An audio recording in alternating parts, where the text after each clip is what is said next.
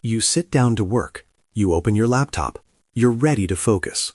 And then, you check your phone, just for a second.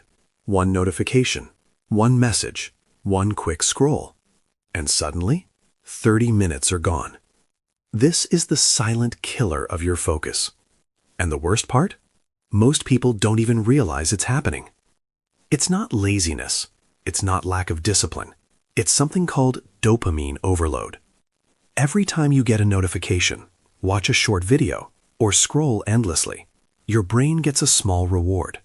And over time, your brain starts craving these fast rewards instead of deep work. That's why studying feels harder. Coding feels boring.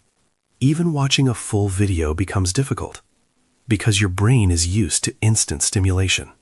Apps like TikTok, Instagram, and YouTube Shorts are designed for this. Fast content, endless scrolling, no stopping point.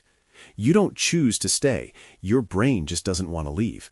But here's the scary truth. Every time you switch tasks, like checking your phone while working, you lose real focus, and it takes your brain several minutes to fully come back. So if you get distracted 10 times, you never actually enter deep focus. So how do you fix it? First, remove the triggers. Turn off non-important notifications. Put your phone away. Make distraction harder than focusing. Second, train your brain again. Start with just 25 minutes of deep work. No phone, no switching, no distractions.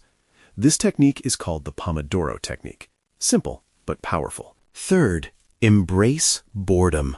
Yes, boredom. Because when your brain stops getting constant stimulation, it slowly resets.